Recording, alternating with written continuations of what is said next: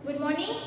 हमारी क्लास है grade second year के लिए और हमारा विषय है ज्ञान तथा पाठ्यक्रम। पिछली क्लास में मैंने आपको ज्ञान के कार्य हम पढ़ रहे थे। ज्ञान के 4 कार्य मैंने आपको बताए थे, जो थे ज्ञान के व्यक्ति संबंधी कार्य, ज्ञान के समाज संबंधी कार्य, ज्ञान के राष्ट्र संबंधी कार्य और ज्ञान के वातावरण संबंधी कार्य। जिसके अंतर्गत हमने ज्ञान के व्यक्ति संबंधित कार्य को पढ़ चुके थे। उससे संबंधित जो भी महत्वपूर्ण बिंदु थे वो मैंने आपको करा दिए थे। और ज्ञान के अंतर्गत व्यक्ति विशेष, व्यक्ति यानी कि छात्र और शिक्षक और समाज में रहने वाला प्रत्येक व्यक्ति से ज्ञान का कैसे संबंध है, वो कैसे कार्य करता है, ज्ञान उनके अंतर्गत कैसे विद्यमान रहता है, एक व्यक्ति के अंतर्गत कैसे रहता है, एक छात्र के अंतर्गत कैसे रहते हैं, वो सारी की सारी चीजें हमने ज्ञान के व्यक्ति संबंधी कार्य के अंतर्गत पूरे कर लिए थे। हमारा पहला जो पॉइंट था वो हो चुका था। अब हमारा दूसरा पॉइंट है ज्ञान के कार्य के अंतर्गत, वो है ज्ञान के समाज संबंधी कार्य। हमने व्यक्ति संबंधी कार्य पढ़ लिए, अब हम पढ़ेंगे समाज संबंधी कार्य। एक समाज के अंतर्गत ज्ञान कितना ज्यादा जरूरी है, वह ज्ञान समाज में रहने वाले प्रत्येक व्यक्ति और सामाजिक प्राणियों के लिए कैसे जरूरी हो सकता है, वो सारी की सारी चीजें हम आज के टॉपिक पे क्लियर करने की कोशिश करेंगे। चलिए शुरू करते हैं कि ज्ञान के समाज संबंधी कार्य। यहाँ पर जो ज्ञान है वो किससे संबंधित है? यहाँ पर जो ज्ञान है वो शिक्षा से संबंधित है। और शिक्षा किसके अंतर्गत आएगी? शिक्षा विद्यालय के अंतर्गत आएगी, क्योंकि जो विद्यालय है इसका एक पार्ट है, वो समाज का ही पार्ट है। प्रत्येक समाज में, प्रत्येक वर्ग में एक विद्यालय होता ही है। और जो भी बच्चा विद्यालय में सीखता है वो समाज में उसको अपनी क्षमता के अनुसार बनाता है। और जो भी वो समाज में जो भी ज्ञान सीखता है वो कहीं ना कहीं उसके कक्षा विशेष में भी वो दर्शन उसके हम कर सकते हैं, यानी कि कहीं ना कहीं वो दर्शा देता ही है। तो जो विद्यालय और समाज है इन दोनों में क्या है? घनिष्ठ संबंध है। घनिष्ठ संबंध है विद्यालय और समाज में, क्योंकि एक जो बच्चा है वो विद्यालय में भी अपनी भागीदारी देता है और समाज में आकर समाज में भी अपनी भागीदारी देता है। और जो बच्चा जो समाज से सीखता है वो सारी की सारी चीजें विद्यालय में आकर भी करता है। तो इस तरीके से देख सकते हैं कि जो ज्ञान है वो छात्र से संबंधित विद्यालय है और सारी क्रियाकलाप कहाँ कर करेगा? समाज के अंतर्गत आकर करेगा। तो समाज के ज्ञान के समाज संबंधी कार्य में कुछ महत्वपूर्ण बिंदु है जो हम करेंगे। पहला है हमारा सामाजिक नियम संबंधी कार्य। पहला है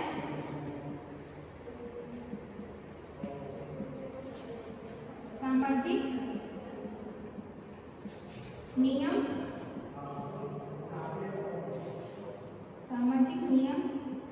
संबंधी कार्य।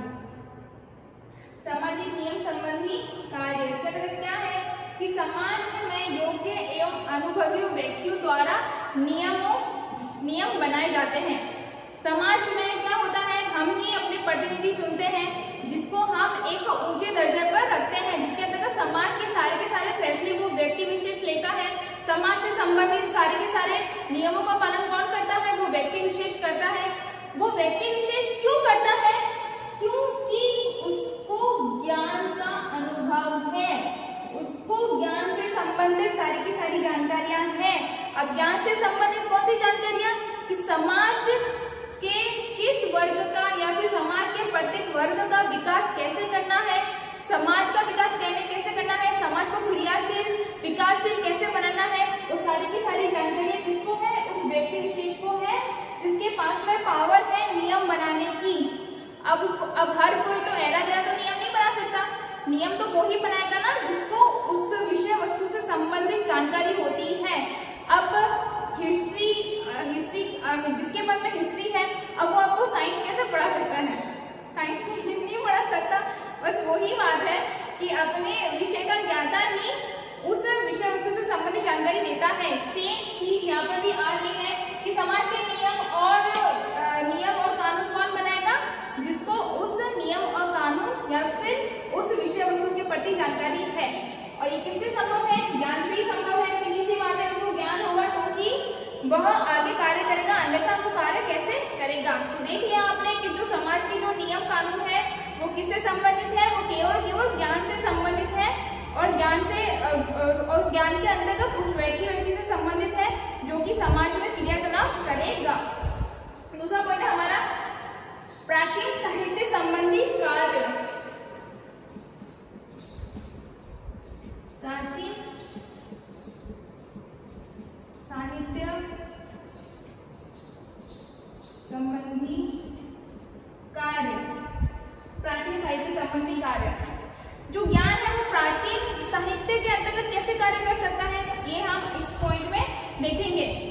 जिसकी बहुत सारे प्राचीन ग्रंथ है ना, रामायण हुई, महाभारत हुई, हमें इन सब के बारे में वो बहुत साल पुराना, पता नहीं कितने साल पुरानी ये सारी की सारी घटनाएं घटी थी। हमें कैसे मालूम पड़ता है इन घटनाओं के बारे में, क्योंकि बड़े बड़े साहित्य में लिखा गया है कि ऐसे ऐसे वर्ष में या फिर प्राचीन समय में ऐसी ऐसी घटनाएं घटी थी। भाई हम तो उस समय थे नहीं, तो हमको तो वो चीजें पता है नहीं, लेकिन हमने उनको पढ़ा ग्रंथों में, महाग्रंथों में, है ना, बड़ी बड़ी पुस्तकों में वगैरह, हमने वो सारी की सारी चीजें पढ़ी। हमने वो चीजें कैसे पढ़ी, हमने ज्ञान के अनुसार ही पढ़ी। हमें ज्ञान है इसलिए हमने उसको पढ़ा।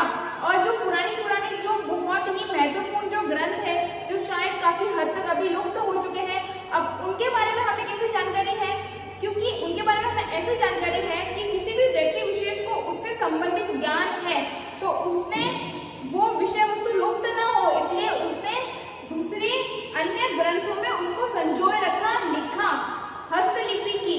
ठीक है, अब उसने कैसे लिखा, क्योंकि उस व्यक्ति विशेष को उस ज्ञान से संबंधित चीजें पता है, जानकारी है कि हाँ इस किताब में वो चीजें लिखी हुई है जो उस समय हुई थी। ये किताब हो सकता है लुप्त हो जाए या फिर ये नष्ट होने के कगार पे है, तो क्यों ना हम इससे संबंधित मिलती जुलती एक दूसरी किताब बनाई जाए जिससे कि वो ज्ञान उसमें संजोए के रखें। तो जो प्राचीन जो इतिहास है वो अगर आज जिंदा है तो किस वजह से जिंदा है, केवल ज्ञान के कारण ही जिंदा है। अगर हम आज का वर्तमान का बच्चा अगर पिछले जन्म या फिर पुराने इतिहास के बारे में अगर जानता है तो कैसे जानता है, वो केवल ज्ञान के माध्यम से ही जानता है। दूसरा पॉइंट है हमारा सामाजिक कुरीतियों के समापन संबंधी कार्य।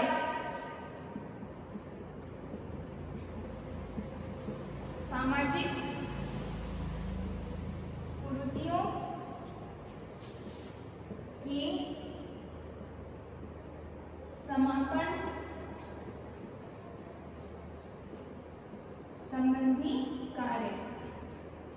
समाज में अगर अच्छी बातें हैं तो समाज में कहीं ना कहीं बुरी बातें भी विद्यमान है। अब बुरी बातें क्या होती है, जो कि समाज के हित के अनुसार नहीं होती है। एक जो बालक है वो समाज में रहता है, समाज में विभिन्न तरह के नियम परंपराएं चलती है। जब वो छात्र कक्षा के अंदर जाता है, विद्यालय के अंदर जाता है, तो वो पढ़ता है कि जिन परंपराओं को और जिन नियमों को समाज संजो के रखा है वो बिल्कुल भी वर्तमान परिस्थिति के अनुकूल नहीं है। जैसे कि कौन कौन सी कुप्रथाएं आती है, जैसे कि बाल विवाह आती है ना, बाल विवाह, विधवा विवाह, बहुत सारी दहेज प्रथा, बहुत सारी कुप्रथा आती है। तो बच्चा उन सब में तुलना करना सीखता है। अच्छा, हमें तो कक्षा के अंतर्गत ये बताया गया है कि विधवा विवाह बहुत अच्छी बात है। एक नारी जो अपना सम्मान वगैरह सारी की सारी चीजें, अपनी पहचान खो चुकी है, उसको फिर से नयापन देने के लिए, उसको वापस से उसको पहचान दिलाने के लिए, उसको समाज में अपना स्थान दिलाने के लिए उस नारी का वापस से पुनः विवाह करते हैं। तो ये तो बहुत अच्छी बात है कि कोई अपने पैरों पर खड़ा हो रहा है ना। लेकिन समाज में क्या दर्शाया जाता है कि नहीं, अगर किसी का कोई विधवा है उसको दोबारा से शादी नहीं होगी। उसी तरीके से बच्चा जब देखता है कि समाज में बाल विवाह विद्यमान है, लेकिन विद्यालय में उसको यह बताया जाता है कि ये गैर कानूनी है, ये समाज के अनुकूल नहीं है, तो बच्चा उसमें तालमेल तुलना करना सीख जाता है कि बाल विवाह समाज के लिए हानिकारक है, समाज के लिए अच्छा नहीं है, और विधवा विवाह जो है वो समाज के लिए अच्छा है, लाभदायक है। एक स्त्री अपने पैरों पर खड़ी हो सकती है, अपना अस्तित्व बनाए रख रही है, अब इससे अच्छी बात और क्या होगी, है ना। तो ये क्या है, ये सारी की सारी कुरीतियां हैं जो कि समाज में विद्यमान है, और किसके द्वारा ही समाप्त होगी, वो ज्ञान और ज्ञान के द्वारा ही समाप्त होगी। और सारी की सारी चीजें बच्चा ज्ञान से संबंधित विद्यालय में सीखेगा और समाज में आकर, अपने परिवार में आकर उनसे संबंधित सारी की सारी चीजें बताएगा। ठीक है, नेक्स्ट पॉइंट है हमारा समाज सुधार संबंधी कार्य। मैं बता रही हूँ,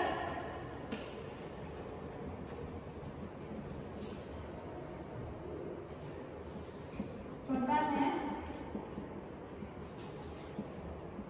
समाज सुधार संबंधी कार्य। सीधी सी बात है, हमारा वो ज्ञान किस काम का जिसमें हम अपने अंतर्गत सुधार न कर पाए, हमारे परिवार के अंतर्गत सुधार न कर पाए, हमारे समाज के अंतर्गत सुधार न कर पाए। अगर हमारे पास भी ज्ञान है और हम उसको सदुपयोग नहीं कर रहे तो वो ज्ञान का कोई भी मतलब नहीं है। इसमें हम देखेंगे कि आज का जीवन संपूर्ण सुख सुविधाओं से युक्त है। अनेक आविष्कारों के फलस्वरूप मानव जीवन शिक्षा एवं स्वास्थ्य के क्षेत्र में पूर्ण प्रगति पर है। समाज में बाल विवाह पर रोक लगाना, महिलाओं को अनिवार्य शिक्षा प्रदान करना, ठीक है, और महिलाओं के लिए नौकरियों में अलग से आरक्षण रखना, ये किसके अंतर्गत है? इस सारे के सारे समाज सुधार के अंतर्गत है। समाज को सुधारने के लिए हम जो नए नए नियम लागू करते हैं, हम जो नए नए क्रियाकलाप करते हैं, वो सारी की सारी चीजें समाज सुधार के अंतर्गत आ रही है। जैसे कि प्राचीन काल में महिला शिक्षा को इतना ज्यादा बढ़ावा नहीं था, नारी शिक्षा को मतलब अच्छा नहीं मानते थे, लेकिन वर्तमान स्थिति ऐसी है कि नारी शिक्षा पर बल दिया जा रहा है, महिला शिक्षा पर बल दिया जा रहा है। महिलाएं हर क्षेत्र में आगे प्रगति कर सके, इसलिए उनके लिए अलग से नौकरियों में अलग से आरक्षण मिलता है। उनको हर चीज में उनको आगे लाने का प्रयास कर रही है सरकार। जब सरकार प्रयास करती है तो उसका असर किस पे होता है? समाज पे होता है। जब समाज में ये सारी की सारी चीजें परिवर्तन होगी तो सीधी सी बात है, समाज की व्यवस्था खुद ब खुद सुधर जाएगी। जब समाज की व्यवस्था सुधरेगी तो राष्ट्र लेवल पर वो वैसे ही प्रगति करेंगी। ठीक है, नेक्स्ट पॉइंट है हमारा धर्म के विषय में उदार दृष्टिकोण।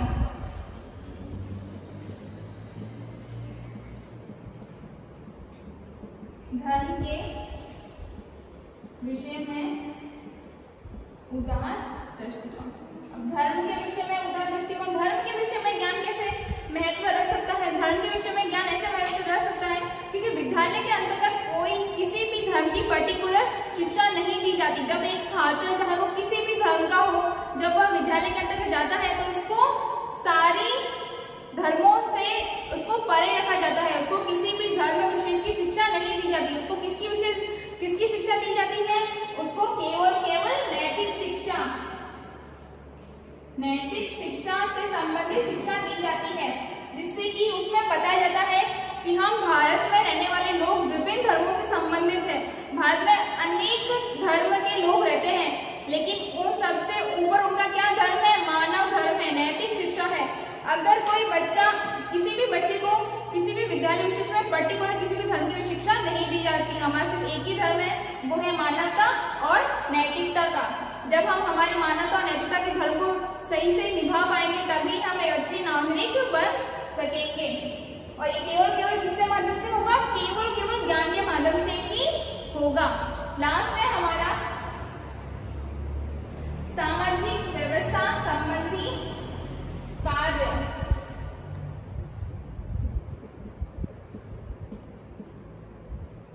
सामाजिक व्यवस्था संबंधी कार्य। सामाजिक व्यवस्था संबंधित कार्य के अंतर्गत है कि सामाजिक व्यवस्था, प्राचीन काल में सामाजिक जो व्यवस्था थी वो बिल्कुल ही अलग थी और वर्तमान समय में बिल्कुल ही सामाजिक व्यवस्था अलग है। प्राचीन काल में सामाजिक व्यवस्था कैसी थी? वो वर्ण के अकॉर्डिंग बटी हुई थी। ठीक है, प्राचीन काल का इतिहास हम देखें तो उसमें जो समाज था वो 4 भागों में बटा हुआ था। ठीक है, ब्राह्मण, ब्राह्मण, क्षत्रिय, वैश्य और शूद्र, इन 4 वर्णों में बटी हुई थी। और फिर क्या नियम क्या थे कि जो इस वर्ण में पैदा होगा वो उसी ही वर्ण से संबंधित कार्य करेगा। ठीक है, तो ये क्या था? ये एक बहुत ही बुरी व्यवस्था थी जो कि उस समय फैली हुई थी। लेकिन वर्तमान में जैसे जैसे समय बदला, जैसे जैसे चीजें परिवर्तित हुई, जैसे जैसे लोगों में ज्ञान की वृद्धि हुई, वैसे वैसे लोगों ने समझा कि जो भी व्यवस्था है ये बहुत ही फालतू व्यवस्था है, जिससे ना तो किसी व्यक्ति विशेष का विकास हो रहा है और ना ही किसी समाज या किसी वर्ग का। इसलिए इस वर्तमान समय में इस स्थिति को, इस व्यवस्था को पूर्णतः नकार दिया गया है। ये कहीं पर भी विद्यमान नहीं रही है, इसको हम विद्यमान नहीं करते। अब इसी को सिर्फ एक ही व्यवस्था है कि प्रत्येक व्यक्ति जो मन चाहा अपना कार्य कर सकता है और अपने व्यक्तित्व का विकास वो बखूबी से कर सकता है। वह केवल किसके माध्यम से संभव है? केवल ज्ञान के माध्यम से ही संभव है। व्यक्ति को ज्ञान है, समाज को ज्ञान है कि पहली स्थिति इतनी बुरी थी, अभी ऐसी नहीं होनी चाहिए, इसलिए वो चीजें परिवर्तन हुई।